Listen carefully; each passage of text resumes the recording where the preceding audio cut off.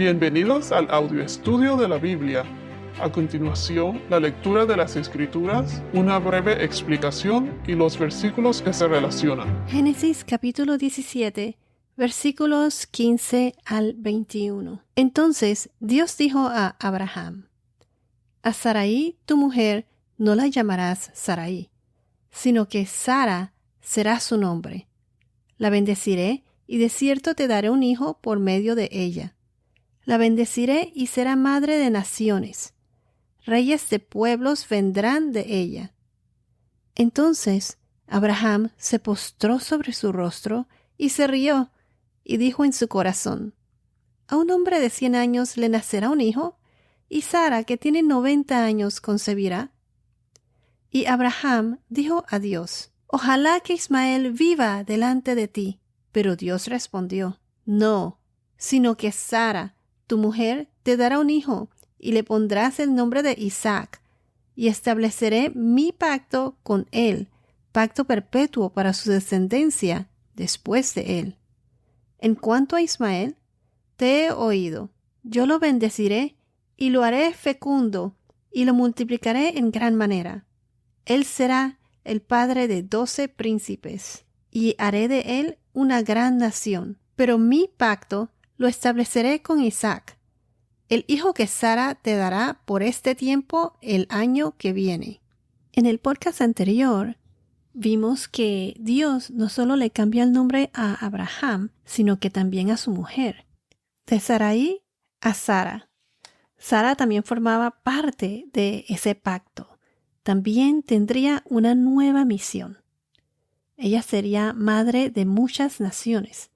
Y mencionamos que su nuevo nombre significa princesa, mujer que pertenece a la nobleza. En inglés, noble woman.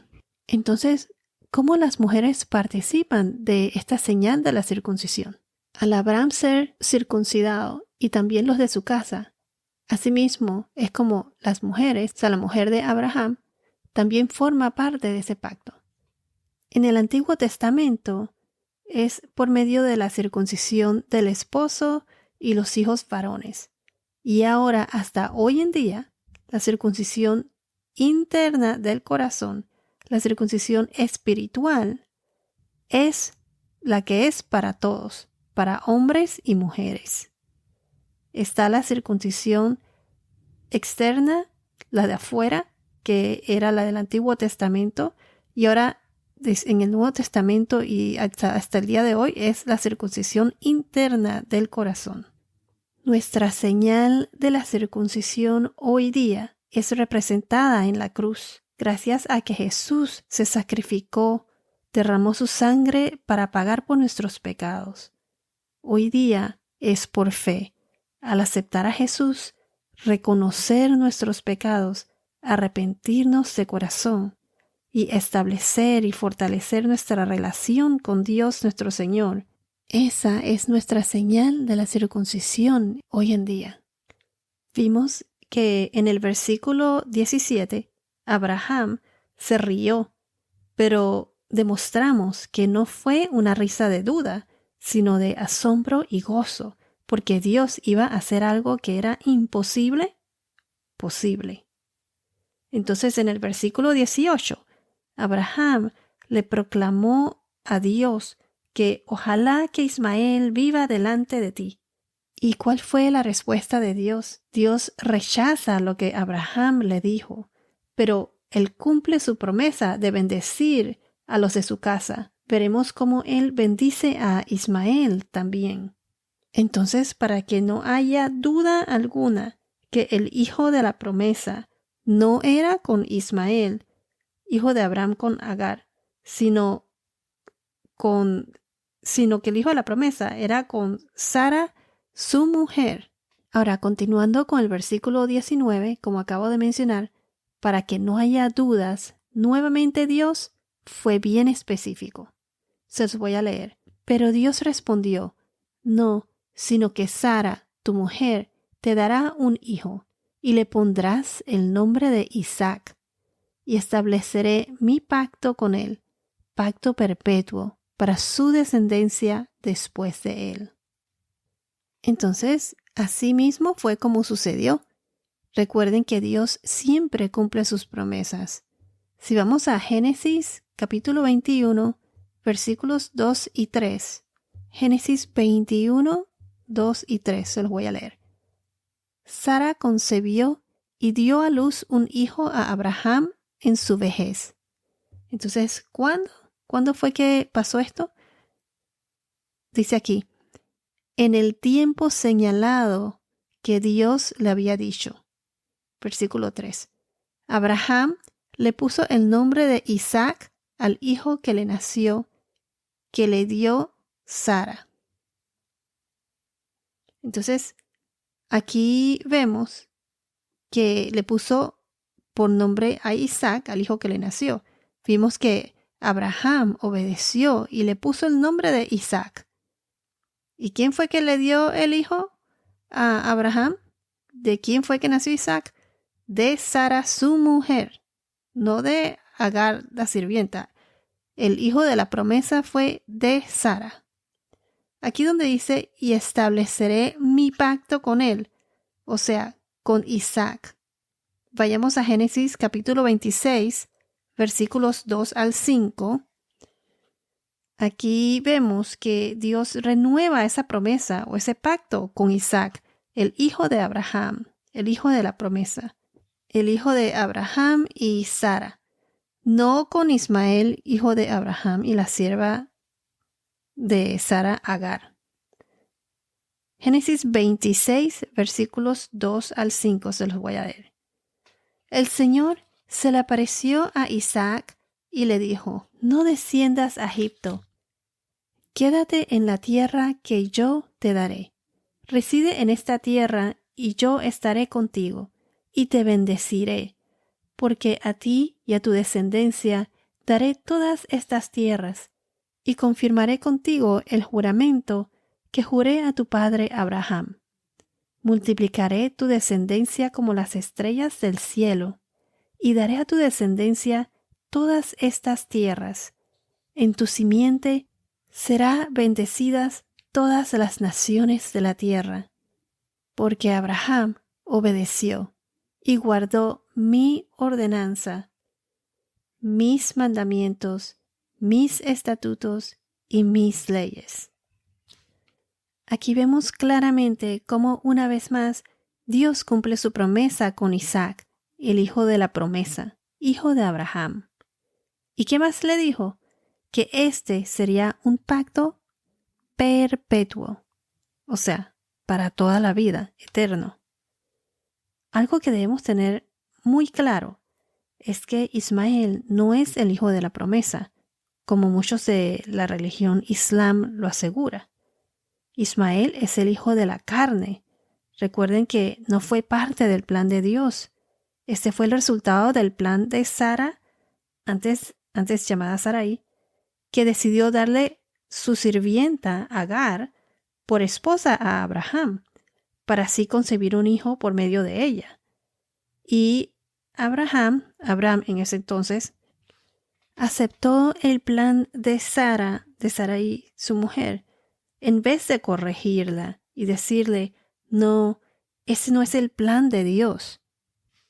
Lo que quiero decir es que el hijo de la promesa fue el que nacería después, Isaac. No fue el primer hijo que tuvo Abraham con Agar, la sierva, sino con Sara, su mujer. Y ese fue Isaac. Por eso aquí Dios le reitera su promesa y es bien específico. No hay duda alguna. Sería del vientre de Sara y Abraham. Se los voy a demostrar con otros versículos, porque como he dicho antes, las escrituras se interpretan por sí solas, con las mismas escrituras, no con cartas o con otras doctrinas fuera de la Biblia escritas por el hombre. Vayamos a Gálatas capítulo 4, versículos 22 y 23. Gálatas 4, 22 y 23. Porque está escrito que Abraham tuvo 2 hijos, uno de la sierva y otro de la libre. Aquí cuando dice hijo de la sierva se refiere a Agar, la sierva Agar. Y cuando dice aquí otro de la libre, está refiriéndose a Sara, la mujer de Abraham. Versículo 23. Pero el hijo de la sierva nació según la carne, y el hijo de la libre, o sea, de Sara, ¿por medio de qué nació? Pues el hijo de la libre por medio de la promesa. Esto fue una promesa divina de Dios. Dios hizo algo imposible, lo hizo posible para cumplir con su plan de salvación. Porque ¿quién nace de la descendencia de Abraham? ¿Quién es esa descendencia? Jesús nuestro Salvador. Es Jesús. Vayamos al verso 28. Ahí mismo en Gálatas, capítulo 4. Gálatas 4, 28. Y dice así. Y ustedes, hermanos, como Isaac, son hijos de la promesa. Entonces, ¿a qué se refiere que así como Isaac, ahora nosotros, digo ahora porque esta promesa está vigente ahora y siempre. Recuerden que es perpetua. Entonces, como decía, ahora nosotros somos hijos de la promesa. Pero, ¿cómo es eso? O sea, ¿cómo es eso posible que nosotros somos hijos de esa promesa? Sé que lo he repetido muchas veces, pero entonces, pues, por medio de esa descendencia que nació de Abraham, somos hijos de esa promesa por medio de esa descendencia que nació de Abraham. ¿Y quién es? De Jesús, el Hijo de Dios. Al Jesús morir por nosotros en la cruz, al derramar su sangre para pagar por nuestros pecados, todos los que creen en Él y tienen una relación con Él son adoptados como hijos de Dios. Y atención a la palabra adoptados. Los judíos hebreos son el pueblo escogido por Dios, de acuerdo al Antiguo Testamento. Pero muchos de ellos lo rechazaron a Jesús. Lo rechazaron a Él como el Mesías. Aunque los hebreos, los judíos son los escogidos, la salvación hoy día es para todos. La salvación es para todos. Judíos o no, es para todos. En la Biblia, los que no son judíos, o sea, los que no son del pueblo de Israel, se les llama gentiles. Nosotros, los gentiles, o sea, todos los que no son hebreos o judíos, se consideran gentiles. Entonces, este término simplemente describe quién no es judío. Un gentil es uno que pertenece a cualquier nación que no sea el grupo de los pueblos judíos. Entonces, regresando a lo que dije, que somos adoptados como hijos de Dios y gracias a Jesús que pagó por nuestros pecados, somos justificados y seremos parte del nuevo reino. Estaremos en la presencia de Dios, así como lo era antes en el Edén, antes de que Adán y Eva cayeran en el pecado. Ellos estaban en la presencia de Dios. Nosotros, los creyentes, seremos glorificados. Tendremos un cuerpo nuevo en una tierra nueva, en la nueva Jerusalén. Cuando estudiemos el libro de Apocalipsis, ahí Jesús nos revela todo esto y más. Es un libro de esperanza para los creyentes y también nos dice la realidad de lo que va a suceder para los que rechacen al Señor. A medida que estudiemos la Biblia, generalmente siempre hay versículos que se conectan tanto con Génesis y con el libro de Apocalipsis.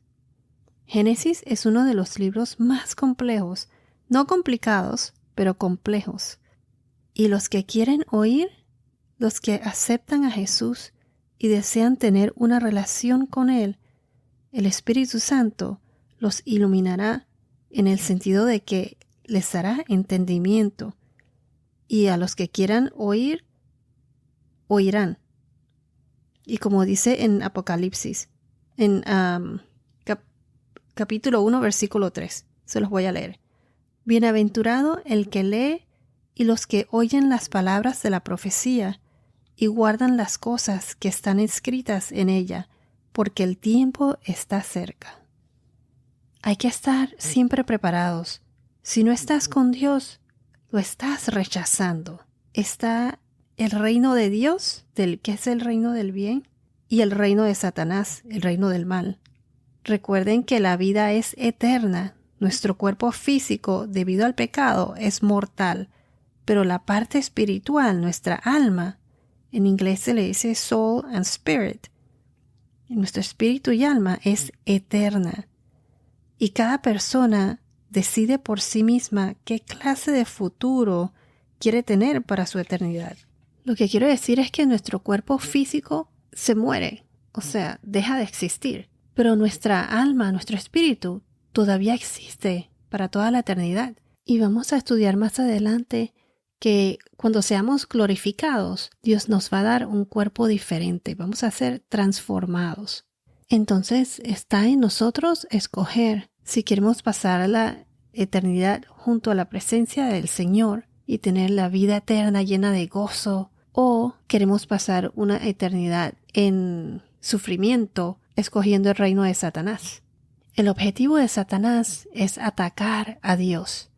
¿Y cómo ataca él a Dios? Atacando a lo que él más ama, que somos nosotros. Atacando a los seres humanos, alejándolos de Dios.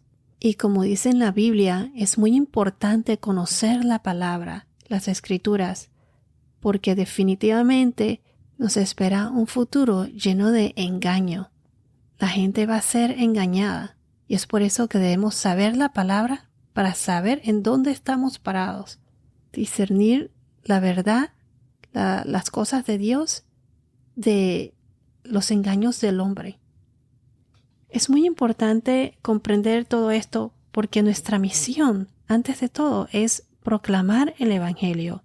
No solo estudiar la palabra, porque ¿de qué nos sirve estudiarla si no la practicamos? Todavía hay muchos que no conocen a Jesús, que rechazan al Señor por una razón u otra, pues.